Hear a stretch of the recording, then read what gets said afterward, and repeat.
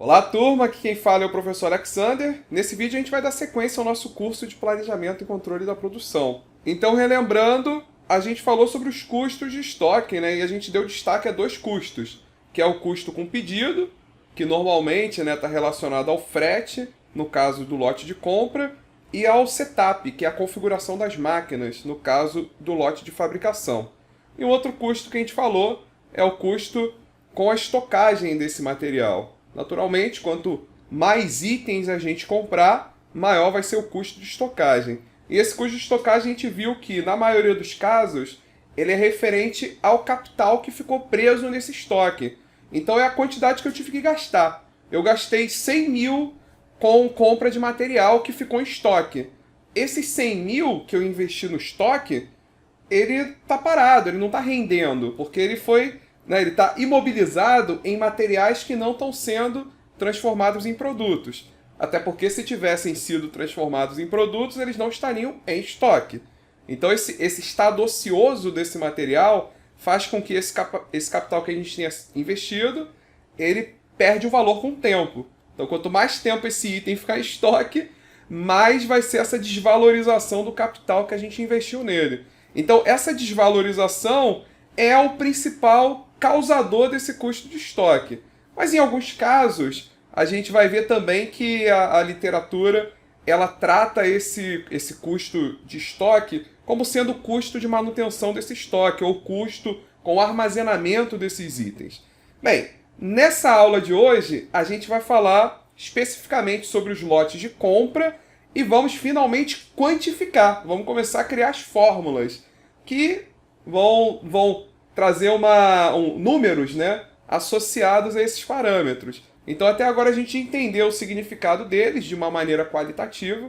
Vamos nessa aula começar a entender esses parâmetros de custos, principalmente, de forma quantitativa, visando entender como obter o lote econômico de compra, que representa o tamanho do lote de compra de um determinado item, que faz com que o custo total seja o menor possível.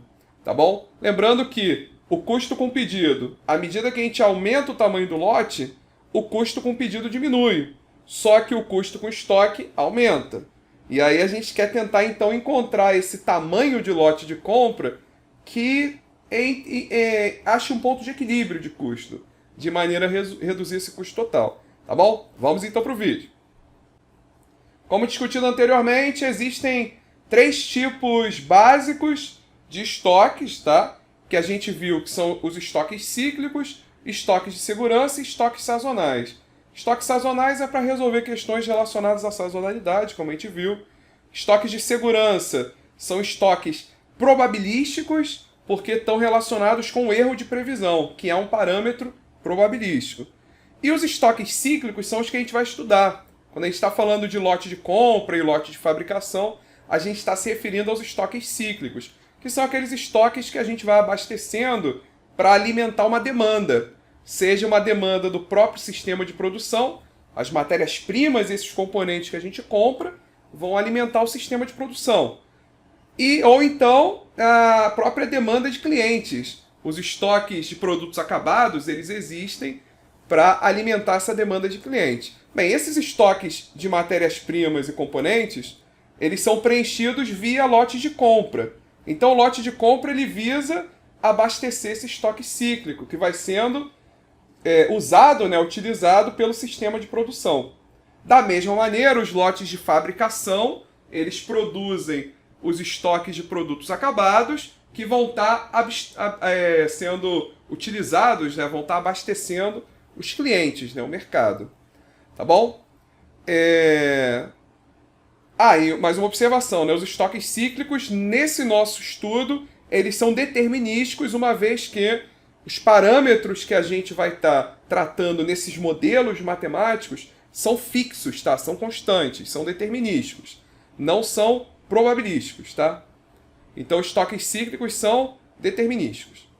Nesse caso, é preciso determinar as características dos estoques cíclicos, como, por exemplo, o tamanho ideal do lote de compra ou do lote de fabricação, que representa a quantidade que tem o menor custo total. Tá? Antes de definir o tamanho do lote, é preciso compreender o que é lote de compra ou lote o lote de produção, né? Diferenciar um do outro, né? O lote de compra é a quantidade de material adquirida e entregue em cada compra realizada. Então, o lote de compra está associado à compra que a gente fez de algum fornecedor. E o lote de fabricação é a quantidade de produtos que a gente produziu em uma única configuração, né? Ou seja, entre dois setups. Setups são as configurações. Então eu preparei as máquinas lá da fábrica para produzir um determinado produto e comecei a produzir esse produto. Qual é a quantidade que eu produzi com essa configuração? Sei lá, produzi 2.000 unidades. Então o meu lote de fabricação foi de 2.000 unidades. Ao final, o que eu fiz? Eu reconfigurei as máquinas para a produção de outro lote. Então essas 2.000 unidades foram feitas entre dois setups. E essa quantidade é o que a gente chama de lote de fabricação, ou lote de produção, tá? Então ela é a quantidade de produtos produzida de uma única vez entre dois setups. Para facilitar o entendimento desses conceitos, então nesse momento a gente vai focar no conceito, né, nessa aula, a gente vai focar no conceito de lote de compra. E aí aqui eu tenho alguns exemplos para a gente entender qual é a situação que está acontecendo e como a gente vai obter essas fórmulas a partir desse estudo, tá? Então vamos considerar esse exemplo daqui, ó. É uma linha de produção, essa linha monta 100 multiprocessadores por dia. Então ele tem uma demanda de matéria-prima para atender essa produção de 100 multiprocessadores por dia. Como a gente está falando de lote de compra, a demanda é a quantidade que está sendo produzida. Quem demanda esses materiais é o sistema de produção para fabricação dos seus produtos. Então a demanda é de 100 multiprocessadores por dia. Ela compra motores de fornecedor em lotes de 1.000 unidades. Então a gente está supondo que cada multiprocessador ele usa um motor, tá? Então a gente compra em lotes de 1.000 unidades. Ora, se são lotes de 1.000 unidades e cada multiprocessador utiliza uma unidade, e a nossa demanda é de 100 multiprocessadores por dia, significa que esses lotes de 1.000 unidades vão durar quanto tempo? Se a gente está usando 100 por dia, depois de quantos dias que a gente vai ter usado as 1.000 unidades? Depois de 10 dias, né? Que é o que está mostrando aqui nessa figurinha, ó. Esse gráfico daqui, ó, ele mostra o estoque em função do tempo. Então, ó, assim que a gente recebeu o lote de compra de 1.000 unidades, a gente está lá, ó, no pico, ó. Temos 1.000 unidades em estoque, que é justamente o tamanho do nosso lote de compra. Mas à medida que os dias vão passando, a uma taxa de 100 unidades por dia, a gente vai consumindo esse estoque, até que no 10º dia, o que acontece? Nosso estoque chegou a zero. Por isso que, para não interromper o sistema de produção, no 10º dia tem que chegar um novo lote, que vai sendo consumido ao longo de 10 dias. No 20º dia chega um novo lote, que vai ser consumido ao longo desses 10 dias, formando essa curva. Essa forma de onda daqui, ela é uma forma de onda do tipo dente de serra. Então é um nome bastante conhecido na literatura. Ela tem o formato de dente de serra. Então, esse caso, é lógico que é um caso ideal, né? Na prática, a gente vai ter oscilações de demanda, oscilações de prazo de entrega do fornecedor, e, consequentemente, isso daqui não vai ter esse formato tão redondinho, né? Tão bonitinho assim. Só que, para compreender os conceitos e levantar as equações, a gente vai considerar esse caso, tá? E aí, o que é importante a gente observar? Que nessa situação, a gente consegue obter um estoque médio, tá? E nesse caso, o estoque médio, ele vai ser exatamente a metade do lote de compra. Então, se a gente tem, por exemplo, um lote de compra de 1.000 unidades, o nosso estoque médio, nesse caso, vai ser de 1.000 dividido por 2, 500 unidades. Significa que, em média, ao longo de todo esse período que a gente está avaliando aqui, o estoque ficou em torno de 500 unidades. Esse é o estoque médio, tá? Ok? Então, observe que a empresa tem 1.000 unidades em estoque no dia do recebimento. Eles serão utilizados a uma taxa de 100 unidades por dia, que é a nossa demanda. Ao final do 10º dia, a empresa não terá nenhum motor em estoque. Nesse dia, né, que é o 10º dia, recebe um novo lote, né, de compra, e aí o estoque salta novamente para as 1.000 unidades. E isso vai acontecendo, né, vai se repetindo, formando ciclos de abastecimento e consumo. Essa forma de onda é chamada de curva de dente de serra. Então, considerando esse estoque inicial de 1.000 unidades e um estoque final vazio, né, no 10º dia, e considerando-se a utilização essa utilização, né, essa demanda é feita a uma taxa constante de 100 unidades por dia, o estoque médio para esse caso é de 500 unidades, que representa a metade do lote de compra, tá? Ok, mas como que a gente calcula esse estoque médio? Por que ele foi o lote de compra dividido por 2? Então vamos voltar para lá para a gente entender essa matemática. Então, o que é o estoque médio? O que seria o estoque médio? Como é que a gente calcula um estoque médio para esse caso? Se eu souber, por exemplo, quanto de estoque que eu tenho em cada dia, aí eu somo e divido pelo número de dias. Ou seja, pega a quantidade de estoque que você tinha no primeiro dia, mais o estoque do segundo dia, mais o estoque do terceiro, mais o estoque do quarto, mais o quinto, mais o sexto, mais o sétimo, mais o oitavo, mais o nono e mais o 10º dia. Soma esses estoques de todos esses dias, você vai ter o estoque total, não é isso? Você somar a quantidade, você vai ter a quantidade total de estoque. E divide isso pelo número de dias, divide isso por 10. Então, se a gente pegar o estoque total e dividir por 10, a gente vai ter o estoque médio. Mas olhando para esse gráfico, o que significa esse estoque total? O que significa eu somar a quantidade no dia 1, mais dia 2, mais dia 3, mais dia 4? Somar cada uma dessas quantidades, geometricamente, corresponde à área desse triângulo. Então, esse estoque total, ele é simplesmente a área do triângulo. Então, para obter o estoque médio, basta eu pegar a área do triângulo e dividir pelo número de períodos. Então, o que a gente vai fazer aqui? Pegar a área desse triângulo, porque nesse exemplo a gente está com esse formato de um triângulo, tá? E então o estoque médio vai ser a área do triângulo dividido pelo número de períodos. Como que eu calculo a área do triângulo? Base vezes altura. Qual é a base aqui? A base é o número de períodos. Qual é a altura? A altura é o lote de compra. Então a área do triângulo, que representa o estoque total, é o número de períodos vezes o lote de compra dividido por 2. Que a área do triângulo é base vezes altura dividido por 2. Então essa matemática que eu estou mostrando aqui, ó. O estoque total, ó, que é a área do triângulo, é o número de períodos vezes o lote de compra dividido por 2. Tá, isso daqui é o estoque total, é a área do triângulo. Eu não quero estoque total, eu quero estoque médio. O estoque médio é o estoque total dividido pelo número de períodos. Então o que eu vou fazer? Eu vou pegar o estoque total, que é essa expressão daqui, e vou dividir pelo número de períodos. Ora, essa expressão tem períodos. Períodos dividido por períodos cortou. Então eu vou cortar esse períodos com esse períodos. Eu vou ficar que o estoque médio vai ser simplesmente o lote de compra dividido por 2, que é o que a gente já tinha falado. Ó. Estoque médio é igual ao lote de compra dividido por 2. Quem está estudando para concurso, 99,9% das questões de concurso vão considerar o estoque médio como sendo o lote de compra dividido por 2. Então, se você está fazendo uma questão lá de prova e ele pede para você calcular o estoque médio, ou pede para calcular algum parâmetro que dependa do estoque médio, só que ele te deu o lote de compra, como que você vai calcular o estoque médio? Basta pegar o lote de compra e dividir por 2. Em 99,9% das questões vai ser desse jeito. Tá, e nesse 0,01%? O 0,01% você vai calcular exatamente desse jeito.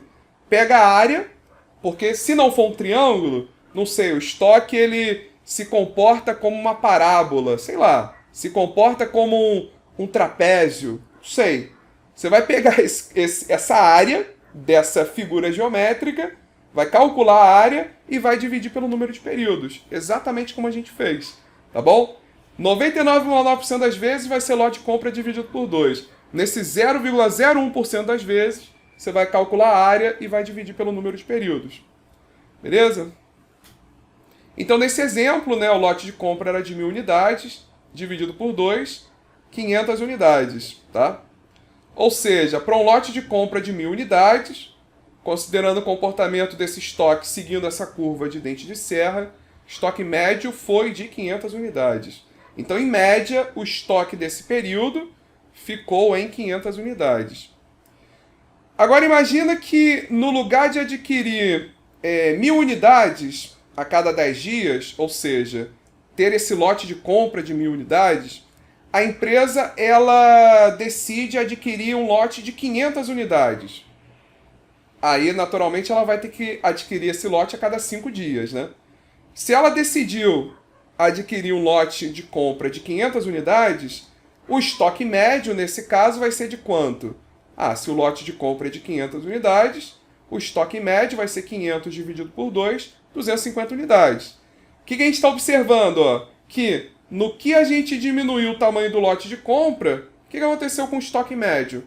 Diminuiu também. E, naturalmente, o custo de estoque vai diminuir, porque a gente está com estoque menor, certo? Só que, olha, quando ela comprava de 1.000 em 1.000, ela fazia um novo pedido a cada 10 dias, que a demanda é 100 por dia. Então, esse estoque de 1.000 dura 10 dias. Só que agora que a gente está comprando em lotes de 500 unidades, quantos dias que vai durar esse lote? Se a demanda é de 100 por dia, vai durar 5 dias. Ou seja, eu não compro de 10 em 10 dias. Agora eu compro de 5 em 5 dias. Quer dizer que eu estou fazendo mais pedidos. Se eu estou fazendo mais pedidos, o custo com o pedido vai aumentar.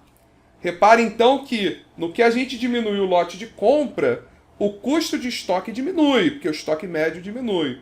Só que o custo com o pedido aumenta, porque o número de pedidos vai aumentar. A frequência dos pedidos vai aumentar. De 10 em 10 dias a gente passou a pedir a cada 5 dias. Aqui, ó, esse gráfico daqui, ele está colocando esses dois casos.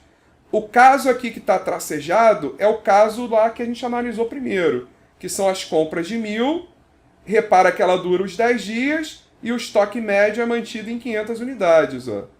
Esse daqui é aquele primeiro caso que a gente analisou. Esse segundo caso, olha o que a gente observa, que a gente faz os pedidos com o dobro de frequência, não é isso? Ó? A gente está fazendo o pedido com o dobro de frequência, uma frequência maior, só que o estoque médio nesse caso, como o lote de compra é de 500 unidades, o estoque médio é menor, ó, de 250 unidades. A gente está vendo isso para os dois casos, tá ok? Então observe a influência que o lote de compra tem no estoque médio. Caso a empresa opte em comprar em lotes maiores, reduzindo o custo com o pedido, ela terá um estoque médio maior, elevando o custo de estoque. Agora, se ela optar em comprar em lotes menores, e aí mais frequentes, né, vai aumentar o custo com o pedido, ela vai reduzir o estoque médio, diminuindo o custo de estoque. Seguindo esse raciocínio, né, de redução do lote de compra, a gente poderia, teoricamente, continuar reduzindo esse tamanho do lote. A entrega ela poderia ser, por exemplo, diária, ou seja, a gente comprar todos os dias lotes de 100 unidades. E aí, nesse caso, o estoque médio cairia para 50 unidades. Ou seja, o custo com o estoque seria ainda menor. Só que como a gente está fazendo pedido todos os dias, o custo com o pedido vai aumentar bastante, né? É possível, né, a gente até entregar em quantidades menores do que é necessário em um dia. Então, por exemplo, a gente poderia entregar esses motores 5 vezes por dia. E aí 20 motores 5 vezes por dia, para atender a demanda naquele instante, né? Olha, esses 20 que chegaram é para a produção desses 20 microprocessadores. Quando a gente for iniciar a produção dos próximos 20, chega aos próximos 20 motores.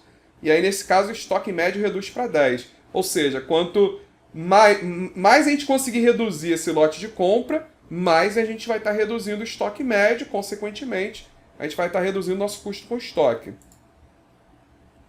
Entregas em lotes menores e mais frequentes provocam diminuição do estoque cíclico, reduzindo os custos de estoque. Por outro lado, as entregas mais frequentes vão demandar maior custo de entrega, que é o nosso custo com pedido. E aí, qual é a questão que a gente precisa responder? Qual será a melhor política de compras e estoque a ser adotada? qual é o lote de compra que minimiza esse custo? Então a gente precisa definir o tamanho do lote de compra e a consequente número de entregas por período que minimiza os custos envolvidos. Quais são esses custos? O custo com pedido e o custo com estoque. Então, vamos falar sobre o lote econômico de compra, como eu falei com vocês. A gente vai, nesse momento, estudar o lote econômico de compra. Matematicamente, vamos criar, desenvolver as fórmulas associadas a esse estudo. Então tá, quanto maior for o tamanho do lote, maior será o custo de estoque. Porém, lotes maiores implicam no menor número de entregas, no caso do lote de compra, ou número de setups de máquina, no caso do lote de fabricação. Por outro lado, o lote de compra menor vai ter um custo de estocagem menor, mas vai exigir um número maior de entregas, portanto vai elevar o custo com pedidos. Vamos só considerar um exemplo do dia a dia, só para a gente entender essa percepção sobre o lote de compra, o custo com pedido e o custo com estoque. Só para a gente entender um pouco. Esse exemplo ele retrata essa questão do custo com pedido. Então observa, por exemplo, João ele quer comprar leite para sua casa. Ele tem duas opções. Ele pode comprar 1 litro de leite na padaria próximo da sua casa, que custa R$4, ou ir no supermercado, que fica bem distante, mas que custa R$3. Ou seja, o custo no supermercado é menor do que na padaria. Só que na padaria ele consegue ir a pé. No supermercado, ele precisa ir de carro. Ou seja, para o caso do supermercado, vai ter um custo de transporte, que não existe quando se ele optar em comprar na padaria. E aí a questão é, será que esse custo de transporte vai compensar a economia de R$1 que a gente está fazendo para ir no supermercado? Então a conclusão que a gente tira dessa história é o seguinte, que João provavelmente vai ser mais interessante que ele vá ao supermercado, que é mais distante, caso ele pretenda comprar uma quantidade maior de leite do que uma única caixa. Ou então se ele pretende comprar outros produtos além do leite. De maneira que esse custo com transporte vai ser diluído nessa quantidade de itens mais baratos que ele está comprando no mercado. Então você observa que, nesse exemplo, fica implícito que o custo de transporte ele se torna menos impactante caso a gente opte em comprar em quantidades maiores. Então é natural que a gente se coloque em uma situação de querer pagar mais por um custo de pedido, caso a gente esteja comprando produtos em maior quantidade. Porque a gente dilui mais esse custo de pedido. Entendeu a ideia? Então a ideia, nesse exemplo, é que ele vai ao supermercado, se desejar comprar em grande quantidade de leite, ou comprar outros itens que o seu montante do custo compensem o custo de combustível e também o tempo que ele vai ter que utilizar a mais para ter ido até o supermercado que é mais longe. Então a gente vai aumentar o lote de compra para diluir, para compensar esse custo com o pedido, que nesse exemplo representa o custo de transporte. O cálculo do lote econômico leva em consideração um compromisso entre o custo de estocagem e o custo com o pedido, e também assume que os pedidos são entregues em um único momento, tá? Essa é uma das constatações que a gente vai fazer, uma das considerações. Assim, as premissas necessárias para o cálculo do lote econômico são descritas a seguir, que são as considerações, são as restrições que a gente vai considerar nesse modelo e que são as restrições, como eu falei, para quem está estudando para concurso, essas são as considerações que a gente vai fazer, tá? Inclusive, eu já vi questões de concurso perguntando sobre isso aqui. Então, primeira consideração, o custo do pedido é constante, é fixo, é determinístico para cada pedido, independente do tamanho do lote. Então, a gente já até falou isso quando a gente falou de custo de pedido, Ou, principalmente quando a gente falou de custo de transporte. A gente vai considerar nesse nosso modelo que, independente da quantidade de itens que a gente está comprando um item ou 1000 itens, o custo com o pedido, por exemplo, o frete, vai ser exatamente o mesmo. Na prática, isso pode variar um pouco, uma vez que o veículo ele tem uma capacidade máxima. Mas aqui no nosso caso, a gente vai sempre considerar que a quantidade que a gente vai comprar, ou seja, esse lote de compra, está dentro dos limites de capacidade desse veículo, de maneira que o custo de pedido não se altere com o tamanho do lote. Tá? Da mesma maneira, o custo unitário do material, que é um custo variável, né? Enquanto o custo com pedido é um custo fixo, o custo unitário do material é um custo variável, né? Que ele depende, né? O custo com material depende da quantidade de materiais que a gente compra. Esse custo unitário ele não varia, tá? Esse custo de material ele não varia independente do tamanho do lote. Por quê? É muito comum, quando você compra em lotes maiores, o fornecedor ele te dá uma promoção, né? Ele te dá um desconto. Ele te dá um desconto nessa compra.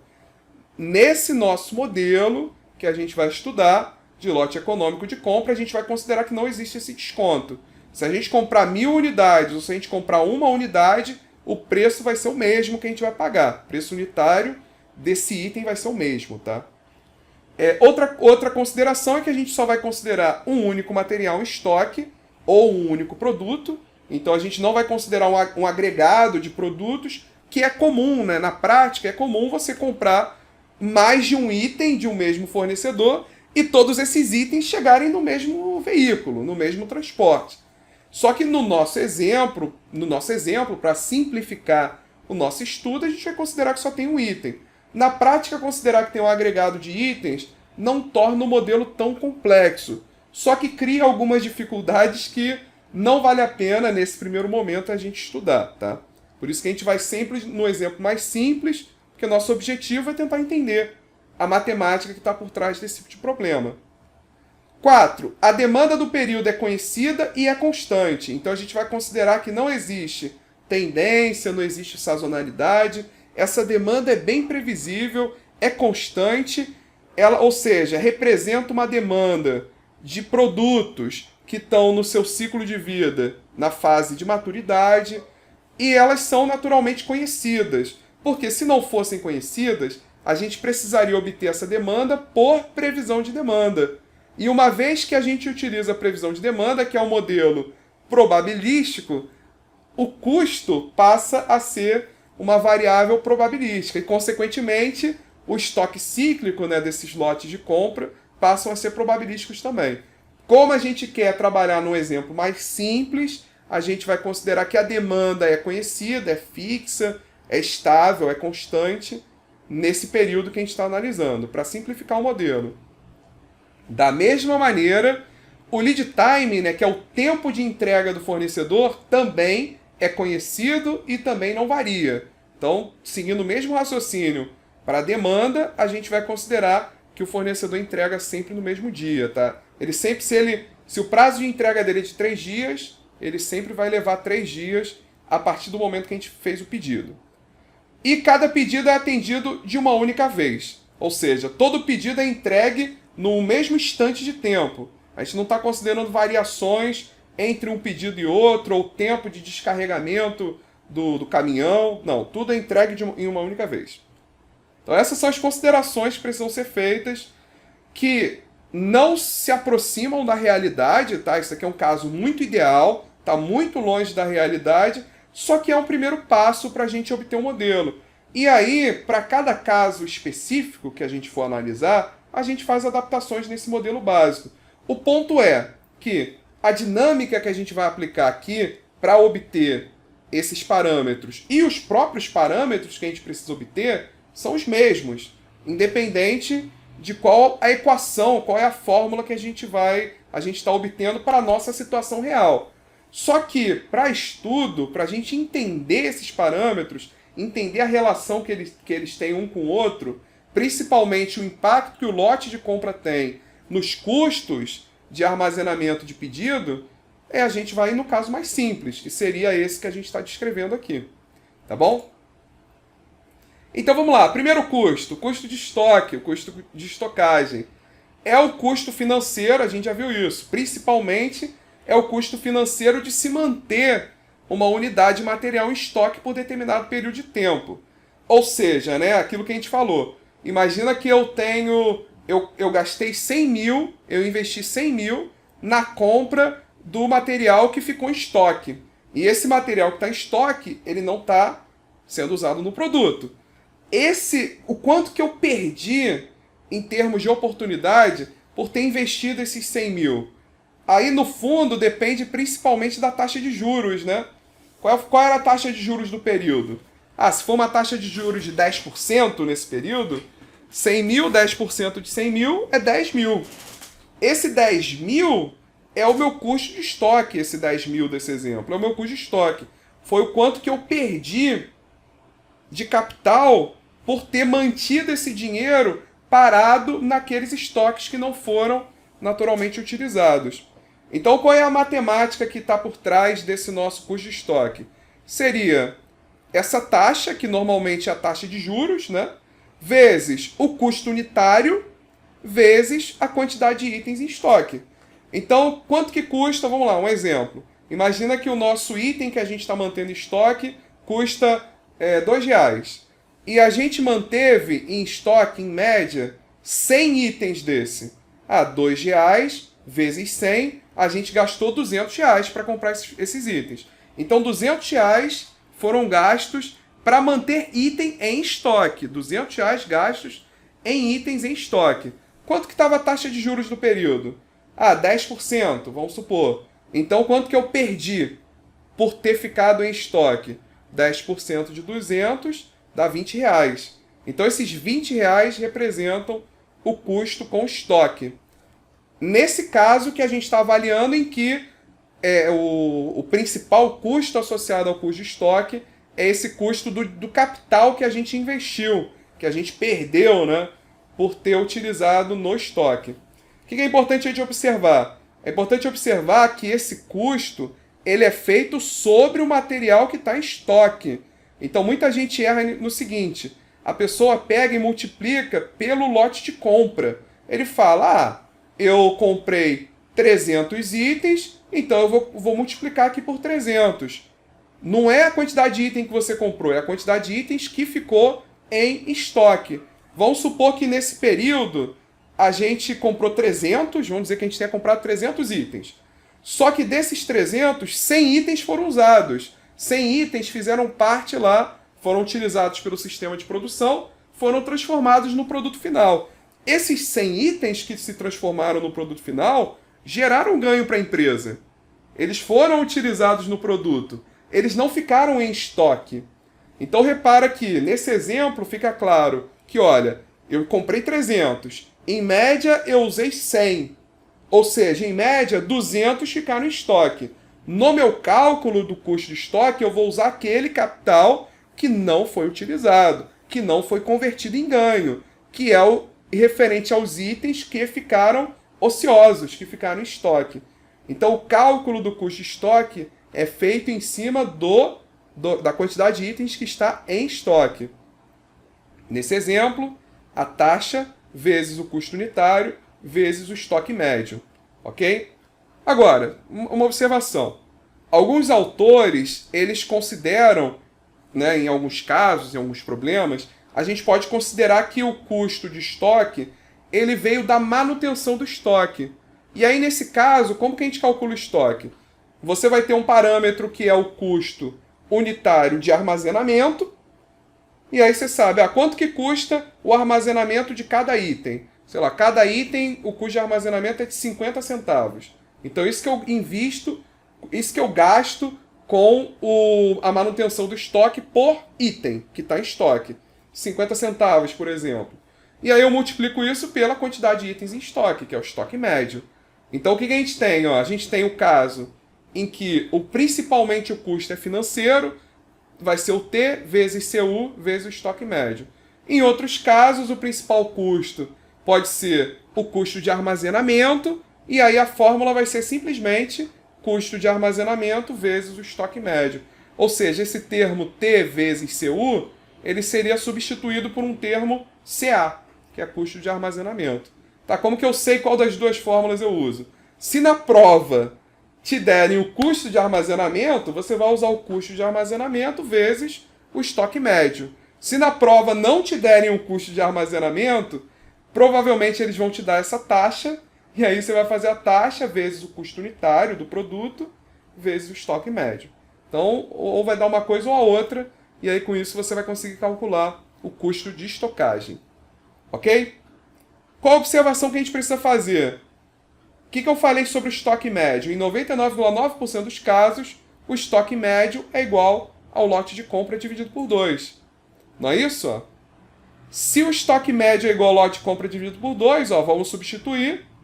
Então, o custo de estoque é igual a essa taxa vezes o custo unitário vezes o lote de compra dividido por 2. Ou, né, se o principal custo for o de manutenção de estoque, seria o custo de manutenção, né, unitário, vezes o lote de compra dividido por 2.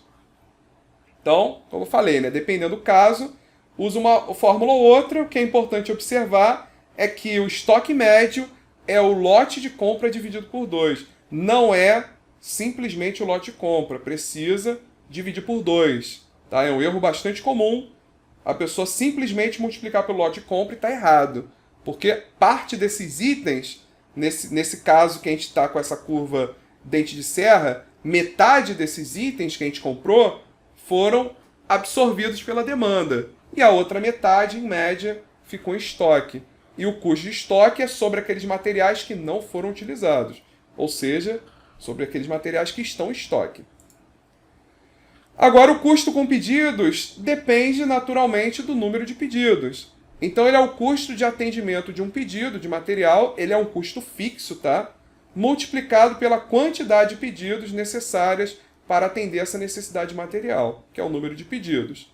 Em um determinado período de tempo, geralmente a gente usa a escala de 1 ano.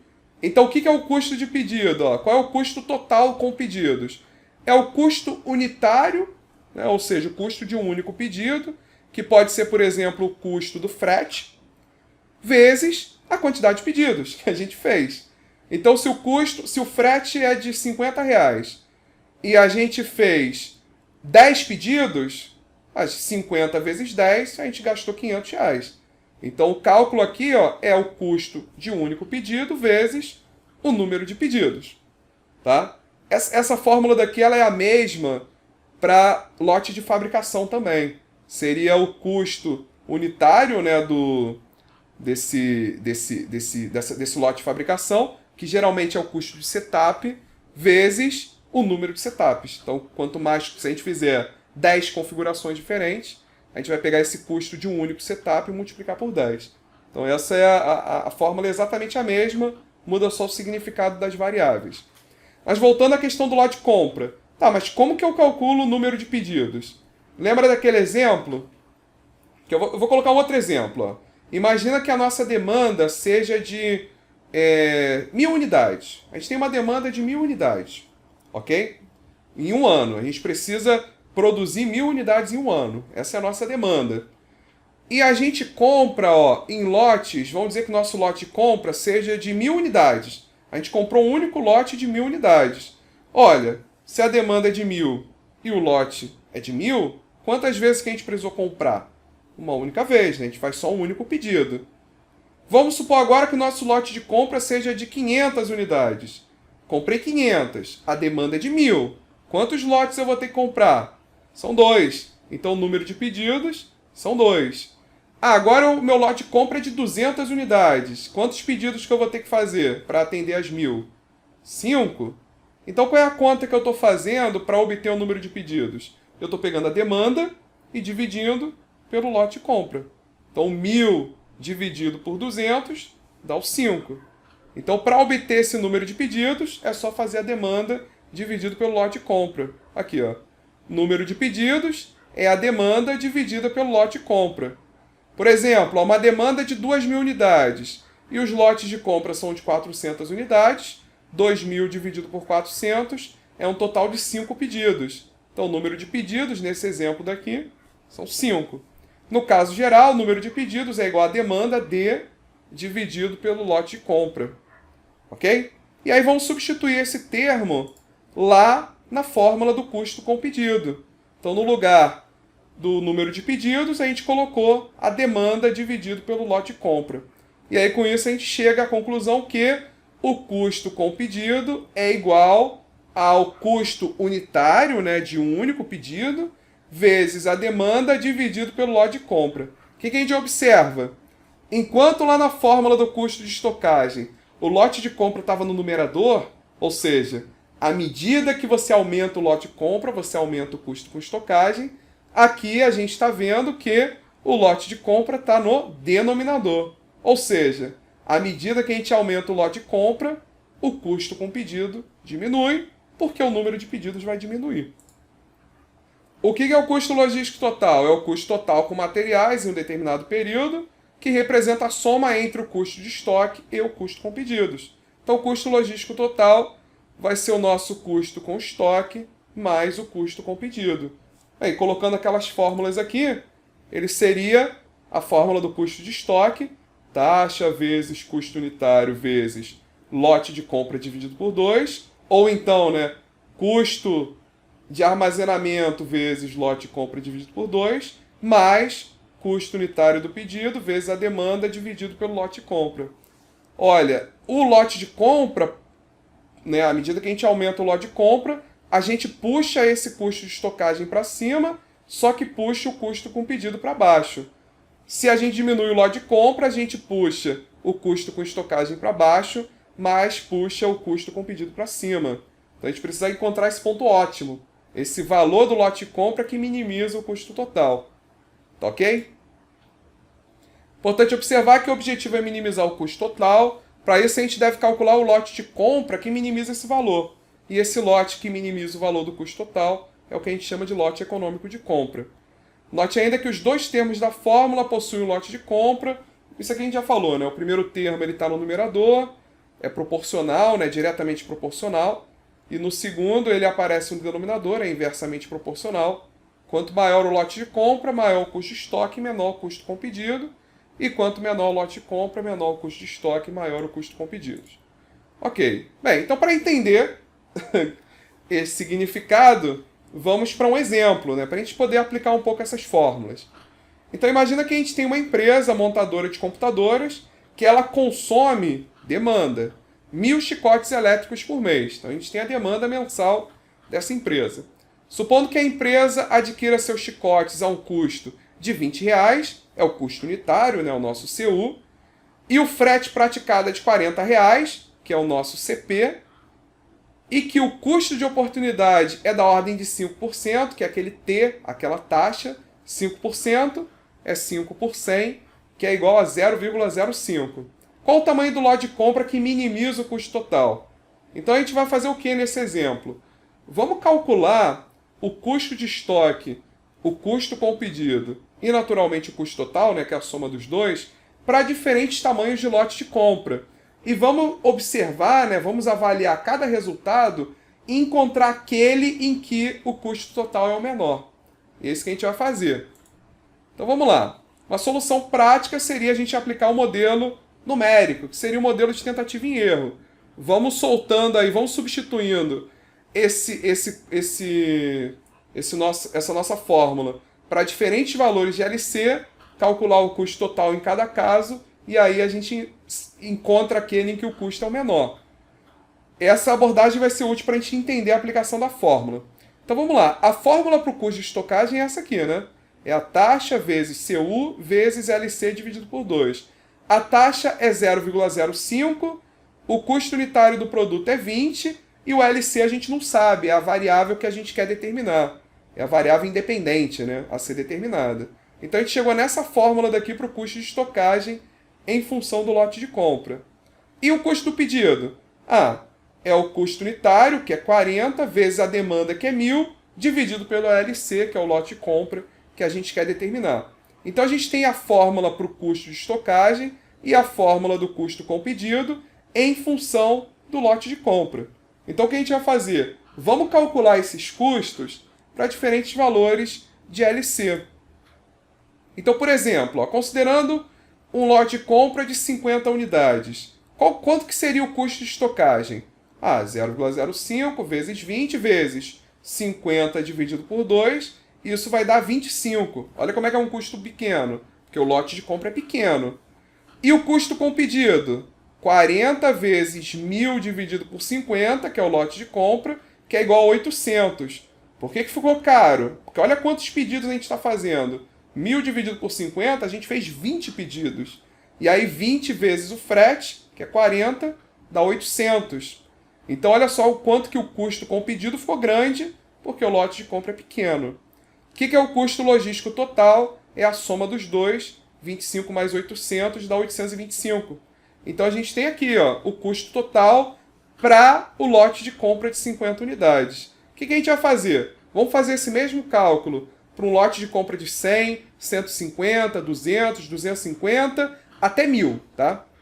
E aí, para facilitar a nossa vida, fiz isso usando uma tabela no Excel, que aí a conta fica muito mais rápida de se fazer, né?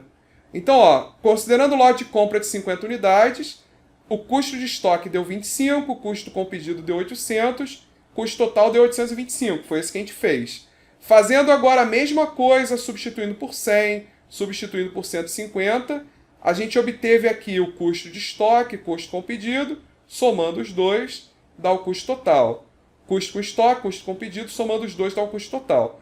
Então a gente fez essa conta para cada lote até o lote de compra de 1000 unidades. Que a gente observa que no lote de compra de 1000 unidades, o custo de estoque é de 500, né, um custo bem alto, só que o custo com o pedido é de 40. Por que 40? O frete não é 40?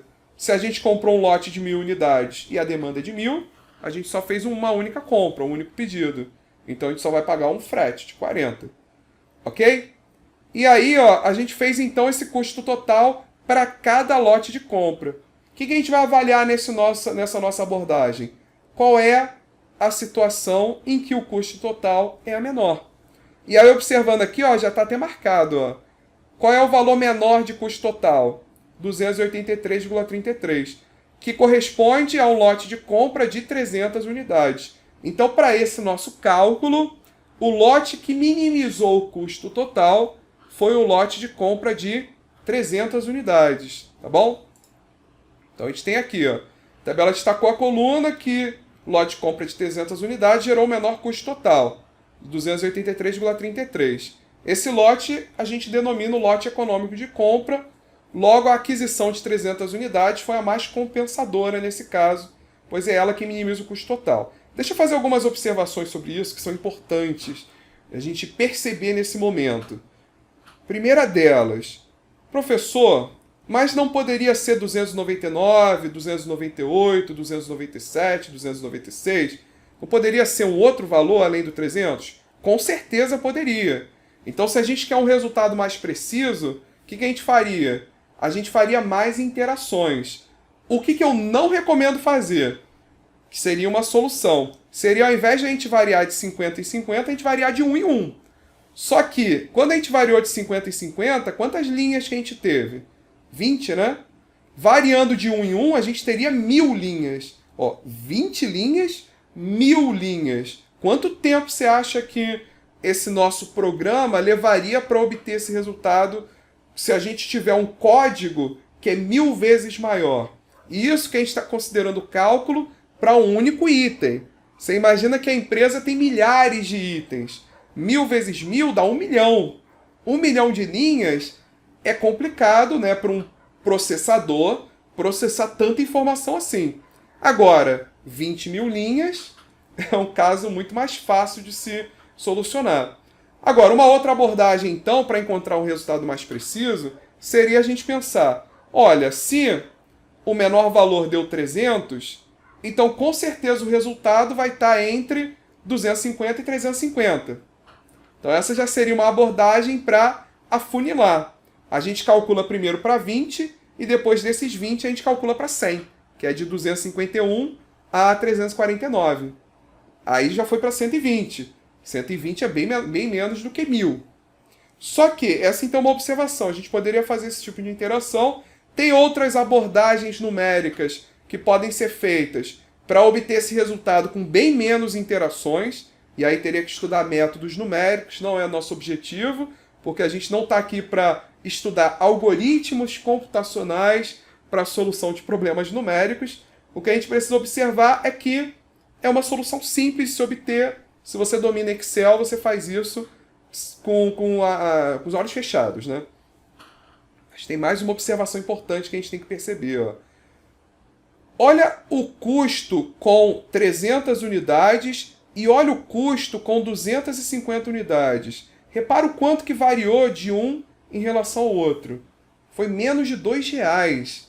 Então, olha só, a variação do custo entre o 300 e o 250 foi muito pequeno. Ou seja, significa que a variação, né, desse valor do custo com o lote de 300, quando comparado ao valor certo, né, o valor exato, ela vai ser muito pequenininha, ela vai ser menos do que 2,70 de variação. Então é aquilo, obter o valor exato, do ponto de vista computacional, custa muito, porque força o seu computador a fazer muito mais interações. Mas a economia que você vai ter disso é muito pequenininha, entende? Então será que compensa a gente gastar mais recursos para obter uma variação tão pequena de custo? Por isso que normalmente os modelos que se utilizam para determinar numericamente o lote econômico, como a gente fez aqui, eles trabalham com uma faixa de valores, não com um valor exato. É uma faixa de valores. Porque dentro dessa faixa, como a gente está vendo, o custo varia muito pouco. Entenderam? E tem mais uma observação que a gente tem que fazer. Nem sempre o fornecedor vai nos vender na quantidade que a gente quer. Imagina que o lote de compra fosse de 293 unidades. Nem sempre o fornecedor vai vender 293 unidades. Muitas vezes ele vende em lote de 50, de múltiplos de 50, de múltiplos de 100. E aí a gente só poderia comprar, por exemplo, se fosse múltiplos de 50, 250, 300, 350. Então, ainda que o lote de compra fosse de 293, foi o valor exato que a gente encontrou, na prática, nem sempre a gente é capaz de comprar nessa quantidade. Então, são algumas observações práticas que a gente precisa ter em mente para entender a importância desse resultado que a gente encontrou, tá? E foi simplesmente substituindo os valores na fórmula que a gente tem para diferentes valores de lote econômico, de lote compra, tá? Até obter aquele que minimiza o custo. Ah, tem mais uma observação. Ó, quantas observações? Que é a seguinte, a gente utilizou essa fórmula daqui, né? Que foi a fórmula que é normalmente utilizada, que é a fórmula que é cobrada. São essas fórmulas que são cobradas nos concursos, que é o caso mais básico, mais simples. Professor, mas se tivesse um outro caso em que a fórmula do custo de estoque e do custo com pedido são diferentes, ela varia com o quadrado do lote de compra, varia com o cubo dele, ou é uma fórmula exponencial, log, qualquer que seja a fórmula. Imagina que a gente tivesse uma outra fórmula. O método seria exatamente o mesmo. A gente substituiria nessa fórmula diferentes valores de lote de compra. Para cada um desses valores a gente obter o custo de estoque e o custo com pedido. Para essa outra fórmula, iria somar um com o outro para obter o custo total. E a gente iria encontrar aquele custo total mínimo. E esse lote de compra a gente chamaria de lote econômico. Então o interessante desse modelo numérico é que ele é aplicável para qualquer que seja a fórmula. Então a gente não se limita a essa fórmula. Como exemplo, a gente está trabalhando com ela. Mas esse método pode ser feito para qualquer caso, tá? Ok? Mas vamos voltar ao caso que é cobrado, que é utilizando essa fórmula. E a gente tem algumas observações sobre ela. Que é o seguinte, ó. Aqui nesse gráfico, é o gráfico mostrando o custo, tanto o custo de estoque, quanto o custo com pedido, né? Em função do tamanho do lote de compra. A gente observa que à medida que a gente aumenta o lote de compra, o custo com estoque aumenta. Aumenta linearmente, né? Porque a variação, né? Ele tem uma variação linear, né?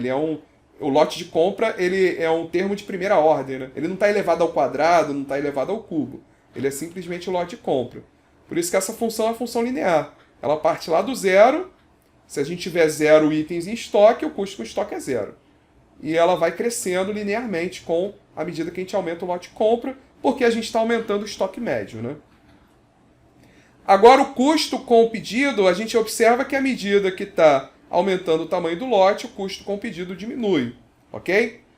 E ó, o custo total é a soma dos dois, beleza? É a soma dos dois que obtém esse gráfico e a gente quer encontrar aquele ponto mínimo, ó. Esse ponto mínimo que representa o valor do lote econômico, né? que é aquele lote que minimiza o custo. É o ponto mínimo desse gráfico. E coincidentemente, para essas fórmulas, né, para esse caso que a gente está estudando, para essas duas fórmulas que a gente considerou, do lote do custo de estoque e do custo com pedido, o ponto mínimo coincide com a interseção entre os dois. Depois, quando a gente desenvolver isso matematicamente, eu vou mostrar por que isso acontece. Mas, o ponto mínimo coincide com a interseção. Isso é bacana porque é uma forma que a gente tem de conferir os resultados. Se a gente está num lote econômico, obrigatoriamente o custo com estoque e o custo com pedido tem que ser iguais. Tá? Então isso é uma coincidência que veio da fórmula, dessa fórmula que a gente adotou. Então isso também é uma observação muito importante. Então note que o ponto mínimo ocorre aproximadamente para o lote de 300 unidades. Analisando se o gráfico, pode perceber que se a gente comprar em pequenas quantidades, o custo financeiro de estoque é baixo, já que há pouco dinheiro empatado no estoque, né, esses itens ociosos. Em contrapartida, a gente vai fazer muito mais viagens com equipamentos de transporte que vão estar sendo subutilizados, ou seja, que poderiam estar transportando mais unidades, ou com equipamentos de baixa capacidade que normalmente são menos eficientes em termos de custo por volume, e aí aumenta o custo com pedido. Por outro lado, quando o lote é grande, a gente tem menos gastos com pedido. Lote de 1.000 unidades, bastaria uma única compra, mas realizar uma única compra significa que a empresa vai ficar com bastante mercadoria estocada, já que pagou por todos os itens que só vai ser utilizado nos próximos meses, né? Então muitos itens vão ficar... É a demanda anual, né, nesse exemplo, se eu não me engano. Então muitos itens vão ficar durante muitos meses ou durante muitos dias, se for a demanda mensal, sem ser utilizado. Note ainda que o ponto mínimo, nesse caso, né, que a gente está estudando, coincide com a interseção, ou seja, é quando o custo com estoque é igual ao custo com pedido. Tá, agora vamos obter o resultado analítico, ou seja, o valor exato, a fórmula que mostra o lote econômico. A lote econômico de compra é igual a... A gente quer obter uma fórmula para calcular ele. Tá, matematicamente, como que a gente encontra o ponto mínimo de uma função? É a derivada, né? O ponto mínimo é quando a derivada é igual a zero. Derivada, se vocês lembram, ela mede a taxa de variação de uma função. No ponto mínimo, a variação é zero. A função não varia no ponto mínimo. Essa taxa de variação, quando a gente está numa parte crescente, a derivada é positiva. Quando o gráfico está decrescente, a derivada é negativa. Quando a gente está no ponto mínimo, em que a gente não está nem crescendo e nem decrescendo, a derivada é igual a zero. Então, para encontrar o lote econômico, basta fazer a derivada dessa função. Que função? Custo total. Derivada em relação a quem? Ao lote de compra. E depois a gente iguala essa derivada a zero. E é isso que a gente vai fazer. Bem, fazendo a derivada dela, o termo LC, que aparece aqui na fórmula do custo de estocagem, né? Derivada de LC em relação a LC é igual a 1, né? Para quem lembra de derivada, imagina que o LC é o nosso x. Qual é a derivada de x? Não é 1? Então a derivada de LC é 1 também. E a derivada de 1 sobre LC vai ser menos 1 vezes 1 sobre LC ao quadrado. Por isso que esse termo daqui, que é o termo relacionado ao custo com pedido, vai ter um menos LC ao quadrado no denominador. É derivada, tá? Para quem lembra de derivada, beleza. Para quem não lembra, não vamos nos esforçar, porque no final a gente só quer saber a fórmula. Então o que a gente vai fazer com esse termo, que é a nossa derivada, a gente vai igualar a zero, porque a gente quer encontrar o ponto mínimo dele. Então, igualando esse termo a zero, a gente chega nessa expressão aqui. Qual é o nosso objetivo dessa expressão?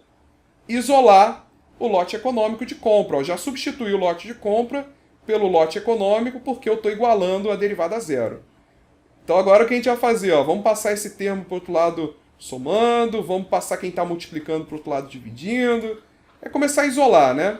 Então, um termo foi para o outro lado somando. Esses termos daqui, aqui eu só rearrumei, né? Isso aqui está multiplicando, esse 2 está dividindo. Esse termo daqui... uma coisa que eu fiz, inverti. Lote econômico, inverti. Quando a gente inverte desse lado, tá vendo? Aqui eu inverti. Se a gente inverter desse lado, a gente tem que inverter do outro lado também. E agora eu vou pegar esse termo que está dividindo e vou passar para o outro lado multiplicando. Ó. E por fim, o ao quadrado, quando passa para o outro lado, vira raiz. É lógico que é mais ou menos raiz. Só que um lote não pode ser negativo, né? Então só vai ter o valor positivo da raiz. Matemáticazinha simples, tá? Mas não vamos nos ater a esse algebrismo que a gente fez. O que basta a gente entender é que a gente chegou nesse resultado daqui, ó, que é o resultado do lote econômico de compra. Deixa eu fazer uma observação, ó, voltando aqui para cima. Se a gente passar aqui é o lote compra ao quadrado, né? Se a gente pegar só lote compra ao quadrado, é lote compra vezes lote de compra. Vamos pegar só um dos lotes de compra e passar para o outro lado multiplicando. Ou seja, vamos manter um lote de compra aqui dividindo e um lote de compra aqui multiplicando. Se a gente mantiver só um lote de compra aqui, CP vezes D dividido por lote de compra é o custo com pedido. E o T vezes CU vezes o lote de compra dividido por 2 é o custo de estocagem. Ou seja, olha que coincidência. Quando a gente fez a derivada igualou a zero, que é o ponto mínimo, o custo com pedido se igualou ao custo com estoque. Por isso que, coincidentemente, quando a gente está falando de lote econômico, o custo com pedido se iguala ao custo com estoque. Ó. A gente observa isso se a gente passar um dos lotes econômicos para o outro lado multiplicando, tá? Só uma observação. Só que o que importa para a gente é essa fórmula aqui. E essa é a fórmula bastante conhecida, apresentada na literatura, que é a fórmula que calcula o lote econômico de compra, que corresponde ao lote de compra que minimiza o custo total. Uma observação dela é que esse termo T vezes CU, T vezes o custo unitário, depende se o principal custo, ou melhor, depende se na questão foi dado a taxa e o custo unitário. Se na questão foi dado o custo unitário de armazenamento, como a gente já falou, esse termo CU, esse termo T vezes CU, a gente vai substituir por um termo CA, que representa esse custo unitário com armazenamento, tá? Então tá aqui a fórmula do lote econômico e a gente vai pegar essa fórmula, né, que ela é raiz de 2 vezes o custo com pedido vezes a demanda dividido pela taxa vezes o custo unitário ou então dividido pelo custo de armazenamento. Então vamos voltar ao exemplo anterior. Esse exemplo que a gente viu de uma demanda de 1.000 unidades, custo unitário de 20, custo com pedido de 40 e a taxa de 0,05, 5%. Substituindo esses valores, 2 vezes custo com pedido, que é 40, vezes a demanda, que é 1.000, dividido por 0,05 vezes o custo unitário de 20. Isso vai dar raiz de 80.000, né? Essa conta daqui dá 80.000. Raiz de 80.000 dá aproximadamente 282,84, que seria 283 unidades. Ou seja, o lote econômico de compra é de 283 unidades. Esse é o valor exato do lote econômico, que, como eu falei, varia muito pouco em relação àquele valor aproximado, em termos de custo, né? E, normalmente, em geral, os fornecedores vão nos vender em múltiplos de 10, de 50, de 100. Dificilmente vão vender um número tão quebrado assim. Ok? Depois dá uma conferida, vou deixar para vocês fazerem de exercício. Qual é o custo total no caso dessas 283 unidades? Substitui lá na fórmula do custo total e obtém esse custo mínimo para o valor exato. E compare esse custo total com aquele que está lá na tabela, com aquele que a gente encontrou para 300 unidades. Vocês vão ver que varia muito pouco. Bem, algumas vezes a questão também pode, de concurso, né, ou a gente pode querer determinar o número econômico de pedidos, que é o número de pedidos, que é o número ideal de pedidos para minimizar o custo total. Então a gente sabe que o número de pedidos é a demanda dividido pelo lote de compra. Então o número econômico de pedidos é a demanda dividido pelo lote econômico de compra. Então nesse nosso exemplo, 1.000, será que eu faço? Eu fiz? Eu faço aqui embaixo, tá, ok. Só queria conferir para ver se eu não precisar fazer na calculadora. Então, no nosso exemplo, a gente vai pegar a demanda de 1.000 e vamos dividir pelo lote econômico, de 283 unidades. Mas aqui, ó, pegando essa fórmula, se a gente tiver o lote econômico, basta pegar a demanda e dividir pelo lote econômico, mas se a gente quiser calcular diretamente, sem precisar calcular o lote econômico, bastaria a gente substituir, ó, no lugar do lote econômico de compra, substituir pela fórmula dele, e aí cortando D com D, a gente vai ficar com a raiz de D em cima, né? Porque aqui tem um D dividido por raiz de D, vai dar raiz de D em cima. E essa daqui é a fórmula para o número econômico de pedidos. Ó, é a taxa vezes o custo unitário, vezes a demanda, dividido por 2 vezes o custo de pedido. Então, se a gente substituir nessa fórmula, a gente vai encontrar diretamente o valor do número econômico de pedidos, tá? E no nosso exemplo, eu aproveitei que a gente já tinha calculado o lote econômico, peguei o 1.000, que é a demanda, dividi pelo 283, isso dá aproximadamente 3,53, que seriam 4 pedidos, né, arredondando. Seriam 4 pedidos. Ou seja, são necessários 4 pedidos de aproximadamente 283 unidades ao longo do ano. Ora, se a gente está fazendo 4, se a gente fez 4 pedidos em um ano, qual é o intervalo entre pedidos? Um ano tem 12 meses, se a gente fez 4 pedidos, 12 meses dividido por 4, fizemos pedidos a cada 3 meses. Então, o intervalo entre pedidos, que também é um parâmetro, basta a gente pegar o intervalo de tempo, né, e dividir pelo número de pedidos. Nesse caso, 12 meses dividido por 4 deu 3 meses. Se a gente quisesse em dias, 365 dividido por 4, que vai dar aproximadamente, né, 91 dias. Ou 90 dias, né? São 3 meses, dá aproximadamente 90 dias. Ok? E aqui vamos a um exemplo para a gente poder trabalhar com esse conceito. As práticas modernas de gestão de materiais utilizadas nas organizações visam uma contínua e incessante redução dos estoques. Estoques elevados são vistos como nefastos fatores adicionadores de custos. Modelos de gestão de estoques introduzidos na indústria automobilística, como o Just-in-Time e o sistema Toyota, definem lote de entrega nas quantidades mínimas possíveis para ainda assim permitir um funcionamento da operação. Com várias entregas diárias, têm sido adotados mais recentes também por empresas de outros setores com o objetivo de reduzir custos e aumentar a competitividade. Supondo então, fez toda essa introdução, para a gente supor, se a gente está utilizando uma lógica de produção enxuta, a gente quer reduzir desperdício, estoque é um desperdício, então eu vou querer reduzir esse estoque, né? Para eu reduzir o estoque, eu tenho que reduzir o lote de compra. Então, qual vai ser meu objetivo nessa questão? Eu quero reduzir o lote econômico de compra.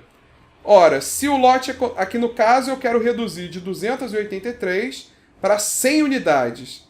Então, qual deveria ser o custo de cada pedido para que 100 unidades representassem um novo lote econômico de compra? Ou seja, o que eu quero saber nesse caso é, para um custo de pedido do enunciado anterior de R$40, que é o frete, o meu lote econômico ficou em 283 unidades. Para quanto que eu vou ter que reduzir esse frete para que o meu lote econômico passe a ser de 100 unidades? Porque para reduzir o lote econômico, a gente precisa reduzir o custo com o pedido. Então, para quanto que eu tenho que reduzir esse frete para que o meu lote econômico passe a ser de 100 unidades? Então, é uma questão em que a gente vai partir da fórmula do lote econômico, só que nosso objetivo é calcular o custo com o pedido, ou seja, a gente vai isolar ele aqui nessa fórmula. Então, aqui é uma álgebra, né? Vamos passar essa raiz para o outro lado, ela vira 1 elevado ao quadrado.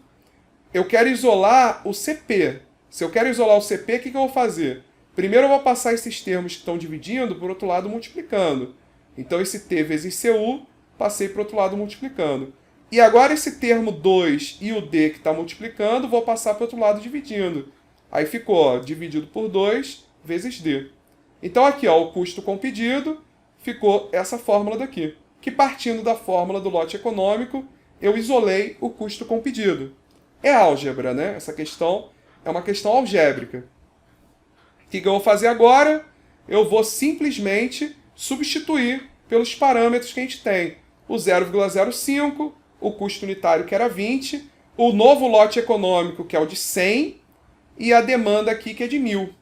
Então, substituindo, 0,05 vezes 20 vezes 100 ao quadrado, dividido por 2 vezes 1.000, isso daqui deu 5, né? Fazendo essas contas, o custo com pedido caiu para R$ 5. Ou seja, para que eu tenha um lote econômico de 100 no lugar de 283, o custo do pedido, né, no caso aqui do frete, tem que reduzir de 40 para 5. Então, só assim que a gente vai conseguir um lote econômico menor. Então, vocês observam o quanto que o custo de pedido ele afeta no tamanho do lote econômico. Na lógica da produção enxuta, que a gente quer reduzir esse lote econômico, obrigatoriamente a gente vai ter que reduzir o custo com pedido. Tá? Essa mesma lógica vale para lote econômico de fabricação, onde o custo com pedido, no lugar de ser o frete, é o custo de configuração das máquinas. Da mesma maneira, para eu reduzir o lote de fabricação, para que ele fique mais sincronizado com a demanda, não gere, né, estoques de produtos acabados, eu preciso reduzir o custo com pedido, ou seja, eu preciso reduzir o custo com setup, que necessariamente significa reduzir o tempo que eu gasto, que eu dedico para o setup, né, para a configuração dessas máquinas. Uma observação matemática aqui é a seguinte: vocês observam que o lote econômico ele varia com um quadrado, né? Ele tem um termo ali que é o lote econômico ao quadrado. Quanto que eu reduzi? Ó? Eu tinha 283 dividido por 100, eu reduzi em 2,83. Então foi uma redução de 2,83 no lote econômico. Só que ele é um termo elevado ao quadrado. Faz o 2,83 elevado ao quadrado. Quanto que dá esse resultado? Dá 8. 8, ou seja, eu reduzi, né, proporcionalmente, como ele é ao quadrado, eu tive que reduzir, então, o meu custo com pedido em 8 vezes. Essa é a conta, 2,83 ao quadrado dá 8. Então eu tenho que reduzir meu custo com pedido em 8 vezes. Quanto que era o custo antes? Não era 40? Dividido por 8 dá quanto? Dá 5, que é o resultado que a gente encontrou. Então essa questão, se fosse dado, por exemplo, o 283 e o 100, e fosse dado o 40, que é o custo com pedido anteriormente, com essas informações, com 100, 283 e o 40, a gente seria capaz de obter o 5, sem precisar fazer toda essa álgebra que a gente fez nessa questão, tá? Então as grandes empresas passaram a exigir dos seus fornecedores várias entregas diárias de pequenos lotes, sem aumento dos preços. Contudo, vale lembrar que a maior componente do custo é o custo de transporte. Então, assim, para que esse aumento na frequência fosse viável, tornou-se necessária uma redução do custo de transporte, que corre por conta do fornecedor. O fornecedor que teve que se virar para reduzir o custo de transporte para que o lote econômico, né, para viabilizar o lote econômico de compra menor. Para reduzir o custo com transporte, os fornecedores passaram, por exemplo, a se localizar, né, a localizar suas plantas produtivas ou seus estoques estratégicos próximos aos clientes. Contudo, essa estratégia faz com que os fornecedores percam a vantagem da economia de escala, proporcionada pela concentração da produção em um único ponto. O que é economia de escala? É uma redução do custo unitário com o aumento do volume. Então, se eu produzo 300 unidades, eu tenho um determinado custo unitário. Se eu produzo 5.000 unidades, o meu custo unitário diminui. A gente sabe disso, porque o custo fixo é o mesmo. Se você então produz uma quantidade menor, você dilui mais o custo fixo, o custo unitário fica menor. Só que quando você distribui, no lugar de você ter a produção no único ponto, você distribui ela em vários pontos, o que acontece? O que acontece é que o seu custo, a sua produção de 2.000 unidades que você antes fazia numa única localização, agora eu faço 500 aqui, 500 aqui, 500 aqui, 500 aqui. Então eu estou tendo um custo unitário maior do que eu tinha quando produzia num único ponto. Então o que eu estou fazendo? Eu estou perdendo em termos de custo unitário. Só que eu estou oferecendo um custo de transporte menor. Então a conta que a gente faz aqui, estratégica, né, quem vai fazer isso é a nível de diretoria, planejamento estratégico. É o quanto que eu vou estar economizando em transporte, não é isso? Para ver se isso vai compensar o quanto que eu economizava em custo unitário, quando a gente trabalhava tudo numa mesma localidade. Então essa diferença de custo unitário e de custo de transporte, entre essas duas estratégias, a gente precisa avaliar isso para ver se compensa. Tá?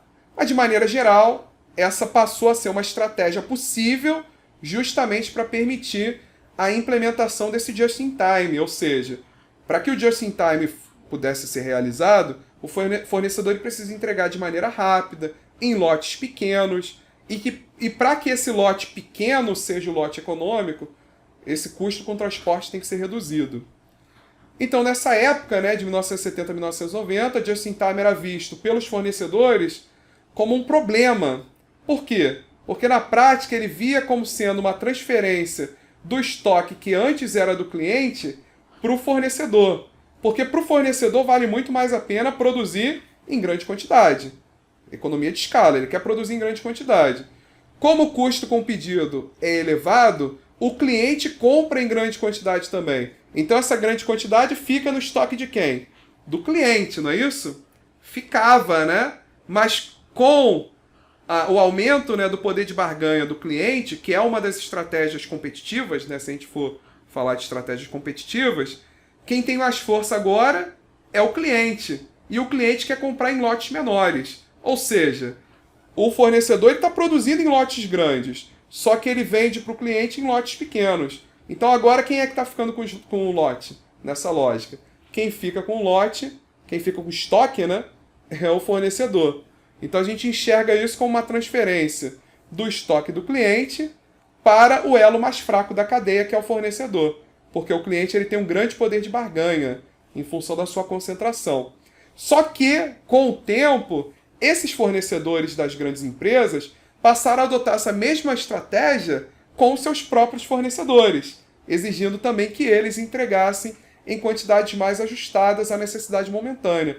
Então se criou aí uma nova política, né, uma nova regra de se reduzir o tamanho do lote. E para isso, os clientes e fornecedores precisam adotar práticas para reduzir o custo com o pedido, que significa reduzir, no caso do lote de compra, o custo de transporte e, no caso do lote de fabricação, o custo com setup. E aí, pensando em cadeia de suprimentos, o que significa? Estoque é um custo.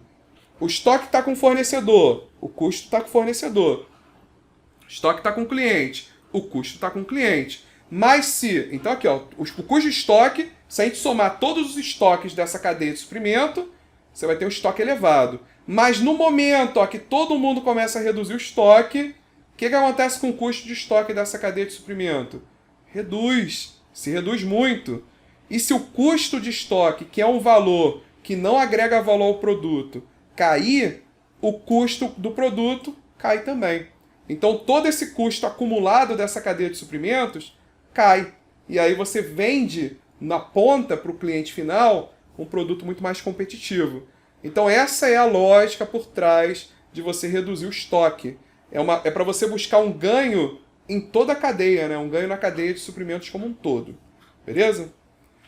E aí vamos para finalizar, né, um exemplo. Eu sei que a aula está longa, mas justamente porque é um tema muito importante, a gente vai fazer o cálculo utilizando as fórmulas que a gente aprendeu.